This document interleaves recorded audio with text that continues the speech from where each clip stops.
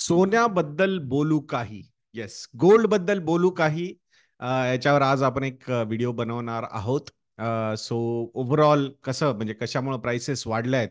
Gold जे सध्या साधारणतः 72,000 रुपये प्रति तोळा, आणि ते सुद्धा 22 कॅरेट. आय थिंक 24 कॅरेट तर मला वाटते 74,000 रुपये प्रति तोळ्यापर्यंत, म्हणजे प्रति 10 ग्रॅम एवढी त्याची सध्याची किंमत झालेली आहे. तर ह्याच्या मागचे कारणे नेमके काय काय आहेत त्याच्याबद्दल आज आपण इथे बोलणार आहोत. आता वर्ल्ड मार्केटमध्ये जर बघितलं तुम्ही, गोल्डची किंवा सोन्याची सध्याची प्राइस पर आउन्स जी आहे ती आहे $2400 पर आउन्स 2024 मध्ये. म्हणजे ऑलमोस्ट ती लेवल टच केली होती. $2450 पर आउन्स एवढी ती प्राइस गेलेली होती. आता साधारणतः काहीतरी 2378 का 2380 डॉलर पर आउन्स ही सध्याची प्राइस आहे.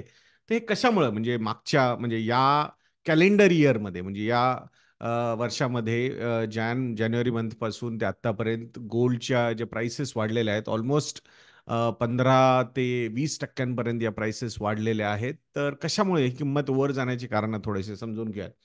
एक तर जिओपॉलिटिकल टेन्शन्स म्हणजे जे युद्ध आपण पाहत आहोत सध्या, युक्रेन रशियाच्या मधलं युद्ध असो, किंवा इराण आणि इस्रायलच्या मधलं सध्याचं युद्ध जे चाललेलं आहे, किंवा जे टेन्शन्स त्यांच्यामध्ये, युद्ध म्हणजे अजून वॉर तर असं युद्ध सुरू झालं असं तर म्हणता येणार नाही आपल्याला, पण जे टेन्शन्स चालू आहेत, ह्यांनी एकदा अटॅक केला, त्यांनी एकदा अटॅक केला. सो आय थिंक आता ही अशी ज्यावेळेस एक जिओपॉलिटिकल टेन्शन्स क्रिएट होतात जगामध्ये, तो त्यावेळेस सगळ्या म्हणजे जे इन्व्हेस्टर्स असतात त्यांना एक सेफ ॲसेट वाटतो. तो आहे सोनं, म्हणजे गोल्ड. आणि त्याच्यामध्ये इन्व्हेस्टमेंट सुरू होतात. आता हे एक कारण झालं. दुसरं कारण काय आहे, की ज्या पद्धतीने एक्स्पेक्टेशन्स सध्या वाढलेले आहेत, की US मधले, म्हणजे अमेरिकेतले जे इंटरेस्ट रेट्स आहेत, ते इंटरेस्ट रेट्स खाली जातील अशी अपेक्षा आहे.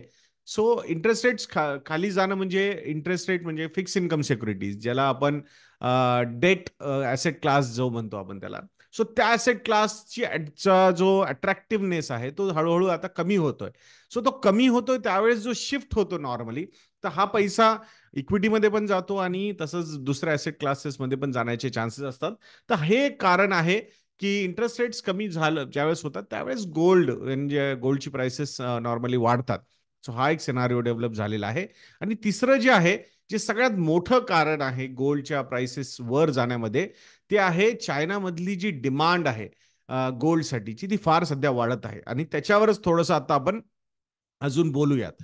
सो चायनाने भारताला क्रॉस केलेलं आहे, म्हणजे बिगेस्ट गोल्ड बायरमध्ये. म्हणजे मागच्या वर्षभरामध्ये जर आपण बघितलं, तर इंडियापेक्षा जास्त डिमांड सोन्याची चायनामध्ये आलेली आहे. सो रेकॉर्ड लेवल चे इम्पोर्ट्स चायना सध्या करत आहे. ज्वेलरीमध्ये म्हणा, किंवा ते सोन्याचे जे बार्स असतात म्हणा, किंवा सोन्याचे जे कॉइन्स असतात, ह्याच्यामध्ये डिमांड वाढलेली आहे. चायनाच्या लोकांनी गोल्डचे बार म्हणा, सोन्याचे जे बार असतात ना, किंवा सोन्याचे कॉइन्स असतात, ह्याच्यामध्ये इयर ऑन इयर जी ग्रोथ झालेली आहे, 28% जास्त इन्व्हेस्टमेंट्स किंवा डिमांड त्यांची वाढलेली आहे तिथं. तर हे सगळ्यात मोठं कारण सध्या दिसते. आता मग चायनाच्या लोकांना असं का वाटतंय, की बाबा गोल्डमध्ये आपण सोन्यामध्ये पैसे का टाकायला पाहिजे जास्त, असं का वाटत असेल? सो काही काही त्याच्या मागची कारण आहेत. एक तर इन्व्हेस्टमेंट ऑप्शन्स ना बऱ्यापैकी लिमिटेड झालेले आहेत चायनामध्ये. प्रॉपर्टी मार्केट जे आहे त्याच्यामध्ये एक क्रायसिस चालू आहे, त्यामुळे तिथे पण बऱ्यापैकी प्राइसेस पडलेले आहेत.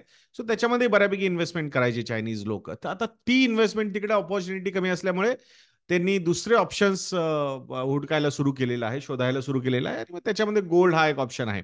स्टॉक मार्केट जर बघितलं आपण, तर तुम्ही चायनाचे स्टॉक मार्केट्स बघा, बऱ्यापैकी व्हॉलेटिलिटी तिथे झालेली आहे. सो व्हॉलेटिलिटीमुळे एक आणि किंवा एक स्लगिश रिटर्न्स आलेले आहेत त्या मार्केटमध्ये, स्टॉक्समध्ये. सो तिथली पण एक डिमांड बऱ्यापैकी, म्हणजे तिथलं रिटेल जे सेगमेंट आहे, म्हणजे छोटे छोटे इन्व्हेस्टर्स, हे फार मोठं आहे. आणि त्यांना ज्यावेळेस रिटर्न्स दिसत नाही, तर मग ते म्हणतात, की बाबा ह्याच्या जागी कुठली दुसरी आम्हाला जर ऑपॉर्च्युनिटी मिळाली तर आम्ही तिकडे इन्व्हेस्टमेंट करू. आणि तिथे त्यांना सोनं किंवा गोल्ड हे एक ऑपॉर्च्युनिटी दिसत आहे.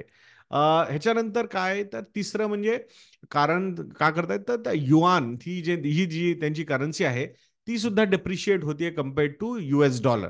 सो ऑटोमॅटिकली जसं आपण बघतो ना, की 75 वरून जर 83 वर रुपी गेला डॉलरच्या अगेन्स्ट, सो ऑटोमॅटिकली आपले गोल्डचे प्राइसेस वर जाण्याचं कारण ते पण आहे. तसंच तिकडे पण होते. त्यांचं जे युआन ही जी करन्सी आहे, ती सुद्धा वीक होतीये डॉलरच्या विरुद्ध आणि म्हणूनच तिथे सुद्धा युआन टर्म्समध्ये गोल्डची प्राइस बऱ्यापैकी वर जाताना आपण पाहत आहोत. आता हे झालं. आता म्हणजे टिपिकल हे काही कारणं रिटेल इन्व्हेस्टर्सचे आहेत. आता दुसरं ब्रॉडर लेव्हलवर बघू आपण, की चायनाची सेंट्रल बँक जी आहे, ते सुद्धा गोल्डमध्ये बऱ्यापैकी इन्व्हेस्टमेंट्स करत आहेत.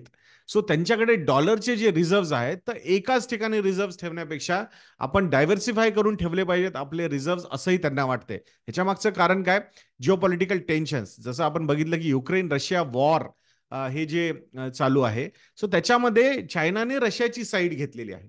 सो ते एक फार मोठं कारण आहे, की मग त्यामुळे ओव्हरऑल वर्ल्ड ऑर्डर जी म्हणतात ना, ती इथे चेंज होताना आपल्याला दिसतीये आणि त्यामुळेच त्यांना असं वाटतं, की बाबा आपला जो मेजर पोर्शन जो आहे रिझर्व्हचा, जो आपण युएसच्या गव्हर्नमेंट सिक्युरिटीजमध्ये ठेवलेला आहे, युएसच्या करन्सीमध्ये ठेवलेला आहे, त्याला आपल्याला डायव्हर्सिफाय करावं लागेल आणि म्हणूनच त्यांनी सुद्धा इथे गोल्ड बाईंग करायला सुरू केलेलं आहे.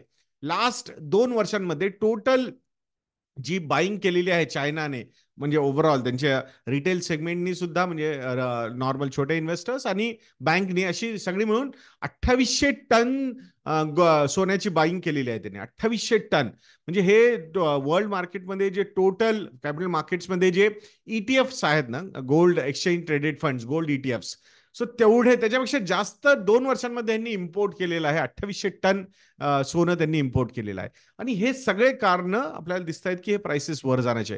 मागचे 17 महिने, 17 महिन्यांपासून प्रत्येक महिन्याला नेट बाईंग चाललेली आहे चायनाच्या सेंट्रल बँकची गोल्डची. सो म्हणजे तिथे ते विकत नाही, ते फक्त विकत घेत आहेत. आणि तो एक फार मोठं कारण आहे की हे सगळं ओव्हरऑल डिमांड एवढी वाढलेली आहे सोन्याची, त्यामुळे हे. आणि रिसेंटली तर अजून त्यांनी अग्रेसिव्हली ते बाईंग करायला सुरू केलेलं आहे आणि म्हणूनच त्या प्राइसेस अजून वर गेलेल्या आहेत. सो आता ही सिच्युएशन किती दिवस चालेल वी डोंट नो. कारण मागच्या वेळेस सुद्धा 2008 मध्ये ज्यावेळेस ग्लोबल फायनान्शियल क्रायसिस झाला होता, त्याच्यानंतर सुद्धा चायना असो किंवा रशिया असो, या दोन्ही इकॉनॉमीज किंवा कंट्रीजनी गोल्डला एक रिझर्व्ह करन्सी म्हणून प्रमोट करण्याचा प्रयत्न केला होता अगेन्स्ट डॉलर. पण तो प्रयत्न सक्सेसफुल झाला नव्हता. आता यावेळेस हा प्रयत्न परत एकदा केलेला आहे. बघू किती होतो किती नाही. पण आय थिंक रिसेंटली हे जी एक रॅली आपण पाहिलेली आहे गोल्डमध्ये, त्याच्या मागचं सगळ्यात मोठं कारण चायनाची डिमांड हेच दिसतंय आपल्याला. हे आपण लक्षात घ्यायला पाहिजे. डायव्हर्सिफिकेशन पॉईंट ऑफ व्ह्यूनी 5 ते 10% अलोकेशन असणं गोल्ड ॲसेट क्लासमध्ये, त्याच्यामध्ये काही गैर नाही आहे. पण मला वाटते की नॉर्मली खूप रॅली झाल्यानंतर आपण ते आपलं अलोकेशन वाढवायला सुरू करतो. सो केव्हाही लक्षात ठेवा, ॲसेट अलोकेशनमध्ये एक पर्सेंटेज जर ठरवून ठेवलेला असेल तुम्ही, तर डिसिप्लिन फॉलो करून ते पर्सेंटेज फॉलो करा. आय थिंक ती बेटर स्ट्रॅटेजी आहे रादर दॅन रॅली झाल्यानंतर आपण ज्यावेळेस वाढवतो आपले अलोकेशन. सो ती थोडंसं मला असं वाटतं की तिथे आपण एक रिसेन्सी बायस फॉलो करतो. सो तो थोडासा अवॉइड करायला पाहिजे आपण. आशा करतो की हा व्हिडिओ आपल्या सर्वांना आवडला असेल तर चॅनलला सबस्क्राईब करायला विसरू नका. व्हिडिओला लाईक करायला सुद्धा विसरू नका. व्हिडिओ शेअर सुद्धा करा. सो नेक्स्ट व्हिडिओमध्ये भेटूयात मित्रांनो. जय हिंद, जय महाराष्ट्र.